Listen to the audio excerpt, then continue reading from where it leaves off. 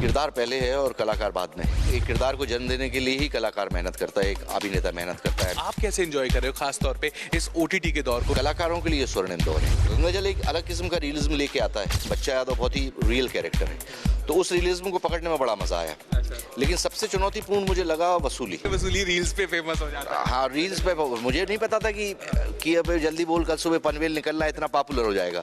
यदि हम समझते हैं कि विदेशी पिक्चरें करना सम्मान का भाव है, तो अपनी रीजनल फिल्म्स करना भी सम्मान का काम होना चाहिए। कौन सा ऐसा किरदार था जिसको निभाते हुए आपको कभी नहीं लगा कि ये बड़ा होगा, लेकिन जब वो रिलीज हुआ वो इतना बड़ा हो गया कि आपको आज भी विश्वास नहीं होता? 1, 2, 3 का अनएक्सपेक्टेड था। पापाज गोलमाल का मैं जब वसूली का पहला सीन जब करना था, अरशद और मेरे बीच होना था, मैं चाह रहा था कि रोहित जी किसी और को ले लें तो ज्यादा बेटर है। And Arshad Warsi improvise so well, इतने बढ़िया तरीके से इम्प्रोवाइज किया कि मुझे रास्ता मिल गया करने का। तो वहीं से वो डायलॉग निकला इम्प्रोवाइजेशन से कि अभी चलना सिखा रहा है कि दौड़ना। सत श्री अकाल जी, मैं भवनीत कौशल, तुसी वेख रहे हो एबीपी सांझा। ते अज ना मेरे नाल एक ऐसा शख्स मौजूद है जिन्हां दे किरदार ऐसे ने जो तुहानू ना हमेशा खुश कर जाएंगे, और बहुत ऐसे कम एक्टर हैं जिनको पहचान उनके किरदारों से मिलती है। मैं कह सकता हूँ मुकेश जी, आप उनमें से ऐसे एक एक्टर हैं जिनको उनसे पहले उनके किरदार का नाम लिया जाता है ना? जब ऐसा सब कुछ होता है तो कैसा लगता है? First of all welcome to ABP. Thank you so much. बहुत अच्छा लगता है कि किरदार पहले है और कलाकार बाद में है, क्योंकि एक किरदार को जन्म देने के लिए ही कलाकार मेहनत करता है, एक अभिनेता मेहनत करता है, अभिनेत्री मेहनत करती है। तो जो पहचान दी है वो दर्शकों ने दी है। उन्होंने पहले जगीरा को बहुत प्यार दिया चाइना गेट में, फिर बच्चा यादव को गंगा जल में बहुत प्यार दिया, फिर वसूली को बहुत प्यार दिया, और वर्तमान में भी मेरी एक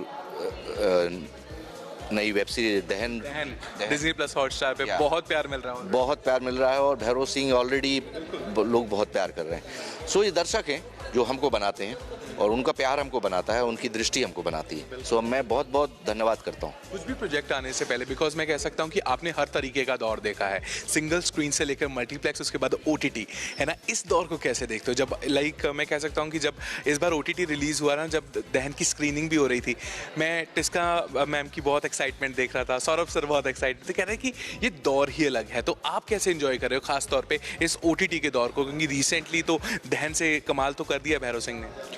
निश्चित तौर पे एक बहुत अच्छा दौर है, और दर्शकों के लिए स्वर्णिम दौर है, और कलाकारों के लिए स्वर्णिम दौर है। और दूसरा एक चीज़ है कि कंटेंट के पॉइंट ऑफ व्यू से देखा जाए तो फिर से मैं कहूँगा स्वर्णिम युग ही है, क्योंकि वेब सीरीज में कंटेंट की जो भरमार है, जो कंटेंट की अलग अलग किस्म के आ रहे हैं, कुछ गहरे सब्जेक्ट्स आ रहे हैं, तो कलाकारों का बहुत फ़ायदा हुआ है। और मैं सबसे बड़ा आश्चर्यचकित इस बात पे हूँ कि हमें इस बात का एहसास हो रहा है कि हमारा दर्शक कितना समृद्ध है। बिल्कुल। वो कितना विशालता से देखता है, उसके पास कितना ज्ञान है। सो दर्शकों ने नए एक्टर्स पैदा कर दिए, दर्शकों ने नए स्टार पैदा कर दिए। बिल्कुल। पर अगर मैं आपका क्राफ्ट की बात करूँ ना, तो हमने आपको कॉमेडी करते देखा है, हमने आपको एक्शन करते देखा है, एकदम नेगेटिव किरदार में देखा है, लेकिन मुकेश जी एंजॉय क्या करते हो सबसे ज़्यादा? मुझे लगता है कि जितना चुनौतीपूर्ण काम आपको मिलता है वो आप एंजॉय करते हो। जब मैं पहले एक्शन जब चाइना गेट में किया था, तो मेरे लिए एक्शन बिल्कुल नया था। मैं थिएटर से आया था, और मुझे घोड़ा चलाने से लेके, बंदूक चलाने से लेके, और मुक्केबाजी सब कुछ करना सीखना थी। वो 2.5 साल मेरे जीवन के बड़े चैलेंजिंग रहे। I enjoy thoroughly. गंगा जल एक अलग किस्म का रियलिज्म लेके आता है, और क्योंकि जगीरा एक थोड़ा लार्जर देन लाइफ कैरेक्टर है, लेकिन बच्चा यादव बहुत ही रियल कैरेक्टर है, तो उस रियलिज्म को पकड़ने में बड़ा मजा आया। लेकिन सबसे चुनौतीपूर्ण मुझे लगा वसूली। क्योंकि तब तक मुझे बड़ा डर था, यार मैं विलेन करता हूँ, मैं सीरियस रोल करता हूँ, कॉमेडी करेंगे तो पता नहीं लोग कैसे लेंगे। लेकिन रोहित शेट्टी जी का विश्वास था कि नहीं, लोग अच्छा ही लेंगे। और जिस तरीके से वसूली को मैंने नहीं बनाया, उसको दर्शकों ने बनाया है, और दर्शकों ने जिस तरीके से एंजॉय किया, और जिस तरीके से उसके मीम्स चल रहे हैं आजकल, वो है, तो मैंने चीज़ एग्जैक्टली हुई है कि कितना पुराना कैरेक्टर है। आज की डेट में भी वसूली की मीम्स चल रही है, वसूली रील्स पे फेमस हो जाता है। हाँ, रील्स पे। मुझे नहीं पता था कि अब जल्दी बोल कल सुबह पनवेल निकलना इतना पॉपुलर हो जाएगा। वो तो आप एक सिचुएशन के हिसाब से आपने बोल दिया था, लेकिन मैं अभी आज ही था, तो मैं अभी एयरपोर्ट पे ही था, तो एक पुलिस वाले मेरे पास आए कि सर आप एक काम करिए कि उस वाले काउंटर पे चलिए, पनवेल जाना आसान नहीं हो जाएगा। सो उनको अपनापन लगने लगता है। सो अभिनय में मजा ही तब आता है जब डिफिकल्ट लगता है, जब आप टूटते हो। और अभी मैं विक्रांत पवार जी के बारे में कहना चाहूँगा, जो मेरे दहन के डायरेक्टर हैं। बहुत तोड़ा मुझे, और बहुत मतलब एक नए तरीके से, जिस तरीके से कहते हैं, मैं क्योंकि स्क्रिप्ट याद करके इस साइड पे चला जाता था, वो तो मुझसे बोलते थे आप याद करके मत आया करो, हम यहाँ पे एक्सप्लोर करेंगे, क्योंकि आप याद एक्सप्लोर करेंगे, क्योंकि आप याद करके आ जाते हो तो आप स्टक हो जाते हो। और फिर मुझे पहले मैंने पता नहीं यार ये कैसी प्रोसेस है, फिर मैं बस एक बार पढ़ के बिना याद किए जाता था और देन भी एक्सप्लोर। तो विक्रांत पवार जी को लेकर मैं बहुत एक्साइटेड हूँ कि उन्होंने बहुत शानदार काम करा है, मुझसे अकेला नहीं, पूरी कलाकारों की टोली से। मैंने एकदम से पढ़ा जब डीजे वाले बाबू फिल्म का जब मेरे पास आया कि कुछ लोग आने वाले हैं जिनसे मुलाकात होगी, उसमें मैंने आपका नाम पढ़ा। मैंने कहा ये क्या, ये नई नई शुरुआत ज़िंदगी की हो रही है, लाइक रीजनल सिनेमा में भी क्या एक हरियाणवी किरदार कर रहे हो, ये डिसीजन कैसे लिया? ये डिसीजन मैंने जानबूझ के लिया कि हमारा, यदि हम समझते हैं कि विदेशी पिक्चरें करना सम्मान का भाव है, तो अपनी रीजनल फिल्म्स करना भी सम्मान का काम होना चाहिए। हमें उसको भी उतनी इज्जत देखना चाहिए, वो भी हमारे हिंदुस्तान का ही अवाम है, इतनी बड़ी जन आबादी है जो हमारी हिंदी फिल्में भी देखता है। तो दोयम दर्जे का काम नहीं सोचा जाना चाहिए कि हम यदि कोई हरियाणवी पिक्चर करते हैं, पंजाबी करते हैं, तो हम कोई स्तरहीन वेब काम कर रहे हैं। ये भी बहुत स्तर का काम है और हम दर्शकों तक ही तो पहुंच रहे हैं। मैं स्मगलिंग तो नहीं कर रहा ना, एक्टिंग ही कर रहा हूँ। सो उतनी ही गंभीरता से हमने जितनी हिंदी फिल्मों में, तमिल में, तेलुगु में या दूसरी भाषाओं की फिल्मों में करता हूँ, उतनी गंभीरता से मैंने इसमें किया। और मुझे लगा कि मैं अब इस स्टेज पे शायद हूँ कि हरियाणवी सिनेमा में भी अपना योगदान दे सकता हूँ। पंजाबी करने का भी कुछ आइडिया हैगा हुण अगे? यदि आप कोई अच्छा ऑफर मिलेगा तो डेफिनेटली मैं करूँगा, 100% करूँगा। क्या बात है मुकेश जी, आपने ना अपने किरदारों के साथ हमेशा, जैसे कहते हैं ना कि एक जो एक्टर होता है वो प्ले करके छोड़ देता है दर्शकों पे, और दर्शक जब स्वीकार कर लेते हैं वो किरदार बहुत बड़ा हो जाता है ना। कौन सा ऐसा किरदार था जिसको निभाते हुए आपको कभी नहीं लगा कि ये बड़ा होगा, लेकिन जब वो रिलीज हुआ वो इतना बड़ा हो गया कि आपको आज भी विश्वास नहीं होता कि वो ऐसा हो गया? अब ये कहना तो मतलब अपने प्रति बेईमानी हो जाएगी, क्योंकि आप सारे क्षेत्र उतनी ईमानदारी से करते हैं। नहीं, बट कई बार करते होते हो ना, हाँ ठीक है यार, जो उम्मीद से बढ़कर चला गया। मैं असली मैं सच्ची बताऊं मेरे दोस्त कि मैं कभी इस पॉइंट ऑफ व्यू से काम करता ही नहीं हूँ कि यार कि इसको एवं ही ले लूँगा या इसके उससे पैसे के लिए कमा लूँ, के लिए कर रहा हूँ, टाइम पास के लिए कर लेंगे। क्योंकि मैं एक लाइन भी बोलना होती है तो मुझे पसीना पसीना हो रहा होता हूँ मैं, क्योंकि मेरी नर्वस एनर्जी मुझे पता होता है कि मैं सही कर रहा हूँ कि नहीं कर रहा हूँ, कि एक टेक के बाद मुझे समझ में आ जाता है। सो अभी लगभग दर्शकों ने सारे किरदारों को जो मैंने किए हैं सब बड़े बनाए हैं। 1, 2, 3 का अनएक्सपेक्टेड था, पापास। जिस तरह से कहते हैं ना कि एक टाइम होता था कि जब किरदार एक्सेप्ट होता था तो तब वो सिनेमा में पता लगता था। आपकी जो एक्सपेक्टेशंस हैं वो मेरे ख्याल से पूरी होती हैं सीधी जब आपको सोशल मीडिया पे घूमता हुआ वो किरदार मिलता है ना? अभिव्यक्ति के तरीके बदल गए हैं और सोशल मीडिया को हम कमतर नहीं आंक सकते हैं, क्योंकि पूरा युवा वहाँ पे है और हिंदुस्तान अभी युवा देश है। तो सोशल मीडिया की पहुंच बहुत गहरी है और युवाओं को अपना इंटरप्रिटेशन देने का मौका मिला है। वो अपनी तरीके से मीम्स बनाते हैं, अपने तरीके से सीन को देखते हैं, अपने तरीके से किरदार को देखते हैं, अपने तरीके से किरदार को बदल भी देते हैं, तो इंटरप्रिटेट भी करते हैं वो। सो मुझे बहुत अच्छा लगता है कि एक नई सुविधा, एक नया प्लेटफॉर्म है, उसको यदि पॉजिटिवली आप यूज़ करते हैं तो। जब मैं ना सौरभ शुक्ला सर से बात कर रहा था ना, मैंने उनको बोला कि कहीं ना दौर इतना बदला है कि अब लोग किरदारों से ज़्यादा प्यार करते हैं, हीरो से नहीं, है ना? आपको ये कैसा लगता है? क्योंकि इस बार जब हम OTT की खास तौर पे बात करें, किरदार बहुत बेहतरीन लिखे जाते हैं, तो आपको लगता है वो एक्टर्स के लिए एक अलग सा दौर शुरू हो गया जहाँ पे किरदार करने का या फिर उसको जीने का अलग सा मज़ा आता है? OTT ने वही कहा ना कि कलाकारों के लिए बहुत बड़ा एक रास्ता खोल दिया है। वो कलाकार जिनको अवसर नहीं मिले थे, जिनके अंदर असीम संभावनाएँ थी, और उसने नए नायक पैदा कर दिए, जो कि मिडिल क्लास से कहीं से आता है, जो एक कहीं गांव से आता है, और अब गांव की कहानी भी कही जाने लगी है, जो हमारे सिनेमा से बीच में कहीं से गोल हो गई थी, और एक परिवार की कथा कही जाने लगी है, जो कहीं हमारे सिनेमा से ख़त्म हो चला था।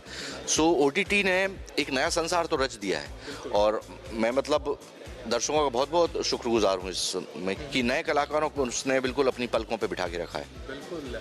कभी ऐसा हुआ मुकेश जी कि सीन करने से पहले आप बेहद नर्वस हुए हों? कोई ऐसा टाइम याद है? मुझे याद है जब अपना गोलमाल का मैं जब वसूली का पहला सीन जब करना था, अरशद और मेरे बीच होना था, मैं चाह रहा था कि रोहित जी किसी और को ले लें तो ज़्यादा बेटर है, क्योंकि मुझे सीन से पहले भी। हाँ, मैं प्रिपरेशन, मुझे समझ में नहीं आ रहा कि कैसे करूँगा, क्या होगा, कहीं से मुझे कोई इम्पल्स नहीं मिल रहा है कि क्या होगा। जब सेट पे गए हैं तो सेट पे फर्स्ट अरशद की डायलॉग के बाद मुझे कैरेक्टर समझ में आया कि अच्छा मैं ये करता हूँ। And Arshad Warsi improvise so well, इतने बढ़िया तरीके से इम्प्रोवाइज किया कि मुझे रास्ता मिल गया करने का। तो वहीं से वो डायलॉग निकला इम्प्रोवाइजेशन से कि अभी चलना सिखा रहा है कि दौड़ना। वो ऑटोमेटिकली इम्प्रोवाइजेशन से निकले हुए डायलॉग हैं। और मैं बता रहा हूँ कि को एक्टर की बहुत बड़ी भूमिका होती है कॉमेडी में, मतलब सीरियस में भी। सो वो एक बहुत नर्वसनेस नहीं मुझे, और एक तो मैं पहले से ही डरा हुआ था कि इमेज कैसे लोग लेंगे। लेकिन मैं मैं अपनी कमज़ोरी मानता हूँ इस बात को कि मैं वो समय नहीं देख पा रहा था कि समय बदल चुका है, लोग चरित्रों को प्यार करने लगे हैं। क्योंकि पहले हर एक एक्टर इमेज में बंधा होता था, ये विलेन है, ये कॉमेडियन है, ये चरित्र अभिनेता है। अब दर्शक ने वो भेद खत्म कर दिया है, निर्देशक ने भी वो भेद खत्म कर दिया है। वो विश्वास करने लगा है अभिनेताओं पे कि नहीं, ये दूसरा रोल भी कर सकता है। क्योंकि पहले सभी एक ही स्टाइल में बंधे हुए लोग थे, तो उन्होंने कितनी मेहनत की होगी और अपने आप को कैसे बार बार जिया होगा, वो भी एक कठिन प्रक्रिया रही होगी। तो मुझे लगता है कि इस बदलते दौर में एक अभिनेता को बदलने के लिए बहुत कुछ है। साथ में को एक्टर होता है, उसका बहुत बड़ा रोल होता है। कौन सा ऐसा एक्टर था जिसने अपनी प्रेजेंस के साथ आपको नर्वस किया हो? कभी ऐसा हुआ किसी भी एक्टर के साथ, बड़े एक्टर कोई, जब आप शुरुआत कर रहे थे तब? क्योंकि अब तो कहते हैं ना कि एक रूटीन बन जाता है, लेकिन शुरुआती दौर में नहीं। कई बार ऐसा होता है कि जिनका सिनेमा देख के आप बड़े हुए हैं, जिनकी हर संडे आप उनकी पिक्चर देखते थे, जब रिलीज होती थी, आप साइकिल में बैठा के कोई आदमी ले रहा था, जैसे अमिताभ बच्चन साहब, तो मैं कभी डायलॉग नहीं भूलता। लेकिन जब आरक्षण में उनके साथ कर रहा था और मेरा एक अंग्रेजी का संवाद हो रहा था, मैं उस डायलॉग पे आऊँ और मैं अटक जाऊँ, और वो समझ गए। फिर वो मेरे पास आए, बोले कि मुकेश, ऐसा है कि तुम ऑक्सफोर्ड टाइप अंग्रेजी बोलने की कोशिश करोगे तो कभी नहीं हो पाएगा, उसको ऐसे बोले जैसे हिंदी में अंग्रेजी बोल रहे हो। तब मैंने उनको बताया कि वो लोग, मैं समझ रहा हूँ कि कैसे हो रहा है। अब होता क्या है कि कभी ऐसा दिखता है कि आप जंजीर देख रहे हो उनको चेहरा देख के, कभी ऐसा लगता है आप शान पिक्चर देख रहे हो, कभी लगता है कि मर्द देख रहे हो। मतलब हर बार उनको देखो तो दूसरा सिनेमा याद आ जाता है। तो ये प्रॉब्लम डायलॉग का नहीं, ये प्रॉब्लम आपका है। आपने उनको बताई थी ये बात? नहीं, वो समझ गए थे, क्योंकि अब बचपन से लेके उन्होंने तो सिनेमा देखा है। अब कभी दीवार के ऐसा लगता है कि शिव जी के सामने वाला सीन चल रहा है, तो मैंने बोला यार कैसे होगा यार। हालांकि उनसे पहले मिल चुका था, क्योंकि अभिषेक की पहली पिक्चर मैंने रिफ्यूजी साथ में की थी, तो होली पे भी उनके घर गया हूँ। लेकिन जब को एक्टर के और अमित जी के सामने उनका ऑरा, और वैसे में नर्वस कभी नहीं हुआ, क्योंकि हम लोग थिएटर वाले हैं तो उतना सिनेमा प्रभावित नहीं करता था। लेकिन जब हम लोग एक ही नायक के पीछे थे, महानायक के पीछे हम लोग पूरे वो अपना यौवन निकाला है, देखते देखते 30 साल के हो गए हैं वो। बिल्कुल। अमित जी को जन्मदिन की बहुत बहुत शुभकामनाएं। तो निश्चित तौर पे पूरा युग है वो। अमिताभ बच्चन सिर्फ अब नाम नहीं है, वो युग है। बिल्कुल। तो इतने सारे किरदार करने के बाद कौन सी ऐसी भूख है जो अभी भी बाकी है मुकेश जी आपके अंदर? निश्चित तौर पे चुनौतीपूर्ण भूमिकाएं और करना चाहता हूँ, जिसमें मुझे अपने आप को तोड़ना पड़े। एक मैं वृद्ध की भूमिका करना चाहता हूँ इस आयु में, तो वैसा कुछ यदि हो तो उसमें काफी कुछ करने में मजा आएगा। अच्छा, तो अब बूढ़ा एक इंसान का किरदार अभी ऐसा कुछ हुआ नहीं अभी, है ना? हाँ, तो क्योंकि वैसे भी आप अपनी उम्र से तो आप आधे ही दिखते हैं। Thank you. है ना? नहीं, बट आप कितना वर्कआउट कर रहे हैं नॉर्मली लाइफ में, या फिर अपने आप को मेंटेन करने में कितना वर्कआउट कर रहे हो आज? नहीं, मैं रोज का मेरा 10,000 स्टेप तो है ही। अच्छा। मैं 10,000 मिनिमम है, वैसे 8-9 किलोमीटर तो मैं चलता ही हूँ। फिर मैं 3 दिन में वेट्स करता हूँ, और दूसरा मैंने आटा वगैरह छोड़ दिया, आटा और शुगर। तो मैं ज्वार खाता हूँ या बाजरा खा लेता हूँ, लेकिन उससे आटा और शुगर छोड़ने से काफ़ी फ़र्क पड़ा है। अच्छा। एनर्जी लेवल में और इवन एक्सरसाइज करने में और ऊर्जा में तो बहुत ज़्यादा मुझे लगता है कि अब खाने के प्रति मेरा आग्रह नहीं। मैं बहुत चटोरा था, जैसे मैं चाट देख के रुक ही जाता था। अच्छा। हाँ, अभी भी यदि गोरखपुर जा रहा हूँ जब अचानक दिख जाए चाट का ठेला तो पीछे गाड़ी लगा देता हूँ। अच्छा। तो वो एक बचपन से चाट के प्रति वो भी सिनेमा देखते देखते ही हुआ है। अच्छा। क्योंकि हमारे चाट सिनेमा के कारण। हाँ, क्योंकि हमारे जितने सिनेमा हॉल थे सागर मध्य प्रदेश में, सब में एक चाट की दुकान थी, और वहाँ पे एक दोना बनता है। उस दोने में अलग अलग सब होते हैं, तो अलग अलग खटाइयाँ डाली जाती हैं। तो इंटरवल में आते थे, वो दोना लेके अंदर बैठ के खाना अलाउ था। तो वो चटकारे इसके भी ले रहे हैं और सिनेमा के भी चटकारे ले रहे हैं। तो सिनेमा की वजह से आप चाट को मिस करते होंगे, है ना? हमेशा डेफिनेटली। वो मुंबई का समोसा उतनी संतुष्टि नहीं दे पाता। अब वो मेरे ख्याल से वो भी मिलने लगे ना, वो क्या बोलते हैं, भेलपुरी मिलने लगी है। भेलपुरी मिलने लगी है, लेकिन वो होता क्या है कि उसकी स्मेल वो अंदर एसी में फैल रही होती है। हम लोगों के ज़माने में तो पंखे भी नहीं थे सिनेमा हॉल में, तो तब तो हम लोगों के बीड़ी पीना भी अलाउ था सिनेमा में। अब तो वहाँ पे भी लिखा होता है स्मोकिंग इंजूरियस टू हेल्थ। बदल गया दौर, अब काफ़ी कुछ बदल गया है। वहाँ भी छोटी जगह भी मल्टीप्लेक्सेस आ गए हैं, लेकिन वो वाला सिनेमा, हूटिंग का सिनेमा मैंने सिक्के फेंकते हुए देखे हैं लोगों को, जब सिल्वर स्क्रीन पे आके सिक्के टकराते। इसके लिए सिक्के फेंके हैं? मैं सच्ची बताऊं तो टिकट खरीदने के लायक ही सिक्के हो जाए तो बहुत थे, तो वो सिक्के जोड़ जोड़ के ही टिकट खरीद लेता था। क्या बात है। तो डीजे वाले बाबू में इस बार आप क्या लेकर आ रहे हो? लाइक एक खूंखार सामने एक देखा तो एक आइडिएशन सा कि ऐसा कुछ होने वाला है, लेकिन इस बार करने में कितना मजा आया? हरियाणवी किरदार है, क्योंकि नॉर्मली आपकी भाषा से बिल्कुल अलग। हाँ, और वैसे मैंने पहले भी कहा कि जैसे हिंदी सिनेमा में हरियाणवी कैरेक्टर करो तो बात अलग होती है, लेकिन जब हरियाणवी सिनेमा में हरियाणवी कैरेक्टर करो तो फिर आपको ज़्यादा मेहनत करना पड़ती है। और दूसरा मुझे लगता है जब आप कोई आंचलिक सिनेमा करते हैं तो आपको उसकी भाषा और बोली का पूरा सम्मान करना चाहिए। काफ़ी टाइम लगा? नहीं, मुझे एक दिन में आ गया। अच्छा, एक दिन में आ गया, लेकिन मुझे पता था डबिंग में बहुत मेहनत करना पड़ेगा। कहते हैं ना हरियाणवी बोलना एक फील है, लाइक है ना? फील है, क्योंकि मैं दिल्ली में पढ़ा हूँ तो काफ़ी बस वाले और लोग वहाँ के और दूसरे कर्मचारी वर्ग काफ़ी हरियाणा का था, लेकिन दिक्कत क्या होती है कि फिल्म किस एरिया में है तो वहाँ की बोली अलग होगी ना। बिल्कुल। हर 3 कोस पे भाषा और बोली बदलती है, तो उसके लिए यूनिटी रखना बहुत ज़रूरी था कि कहीं ऐसा ना हो कि मैं हिंदी बोल रहा हूँ और बाकी सब हरियाणवी बोल रहे हैं और फिर डबिंग में बहुत ज़्यादा ठीक नहीं किया जा सकता यदि आपने याद करके लिप्स आउट हो जाएगा। तो उस तरीके से मेरे लिए कठिन प्रक्रिया रही। फर्स्ट डे मुझे बहुत नर्वस था मैं, लेकिन मैं रात में भी रिहर्सल करता था, रूम में वैनिटी वैन में भी करता रहता था कि कहीं ऐसा ना लगे कि यार कि ओढ़ा हुआ लग रहा है, अपनी भाषा लगे। तो और हमेशा आप प्रेफर करते हैं कि आप खुद डबिंग करें, राइट? बिल्कुल, मैं ही करता हूँ डबिंग, क्योंकि होता क्या है कि हाँ एक्सेप्ट इन तमिल, लेकिन जब आप कोई दूसरा आपकी डबिंग करता है तो वो सिर्फ बना रहा होता है वो आवाज़, वो भाव नहीं दे सकता, क्योंकि आप जब परफॉर्म करते हैं तो वो पूरे भाव के साथ करते हैं। तो अब तो यानी कि 14 अक्टूबर को दर्शकों के सामने होगी, है ना? और हम उम्मीद करेंगे कि बेहद प्यार इस फिल्म को मिले, आपके हरियाणवी किरदार को प्यार मिले। अब दहन को ऑलरेडी मिल रहा है ना? तो साथ में और क्या क्या शुरू कर लिया? मैं क्या एक इमरान हाशमी के साथ फिल्म शुरू कर चुके हैं आप? ग्राउंड जीरो अभी चल रही है, उसी की शूटिंग चल रही थी, और अभी सर्कस आने वाली है 22 दिसंबर को रोहित शेट्टी जी की। आप और आपके फेवरेट किरदार गढ़ने वाले डायरेक्टर। हाँ, मतलब निश्चित तौर पे मेरे ये सारे अभिनेताओं के फेवरेट हैं रोहित जी, उन्होंने बहुत सारे किरदार गढ़े हैं उनके। तो इसमें भी कुछ अलग करने को मिल रहा है? इस बार अलग है। अरे वाह, इस बार अलग है, स्वीट एंड शॉर्ट, लेकिन मज़ा आएगा लोगों को। बहुत सारी चीज़ें रिमाइंड कराऊंगा जी। और फिर एक स्कैम 2003 कर रहा हूँ। अरे lovely। वो नेक्स्ट ईयर आएगी। हंसल मेहता कर रहे हैं जी। अरे और फिर तिग्वांशु धूलिया जी की एक सीरीज कर रहा हूँ गर्मी करके, और नीतीश तिवारी जी की फिल्म है एक बवाल, तो उनके साथ काम करके बड़ा मज़ा आया। तो ऐसे ही कुछ है कि बहुत सारा बवाल जो है वो आने वाले टाइम में होगा। शुरुआत ऑलरेडी OTT से हो चुकी है और 14 अक्टूबर को डीजे वाले बाबू में धमाल होगा।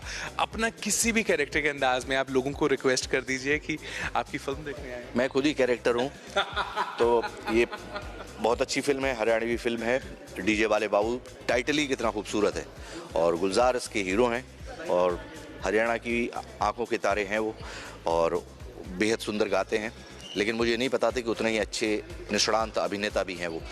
तो पूरी नई टीम बनी है, और यदि हरियाणा के दर्शक और हिंदी बेल्ट के दर्शक यदि अंचल सिनेमा को प्यार करते हैं, और एक नया इंडस्ट्री पैदा हो जाएगी हरियाणा में, हरियाणा के कलाकारों को काम मिलेगा।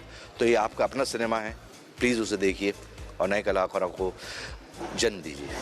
बहुत बहुत शुक्रिया सर, आपसे बात करके बेहद मज़ा आया। उम्मीद करेंगे जल्दी मुलाकात हो और आप आते रहा करिए। फिलहाल ये थे जी मुकेश तिवारी, जिनको आप डीजे वाले बाबू में 14 अक्टूबर को देखेंगे। इसके साथ साथ बहुत और भी चीज़ें हैं जिसके साथ ये आपको खूब एंटरटेन करते रहेंगे। क्या मैं लता के साथ Bhavneet Kaur signing off, keep watching ABP।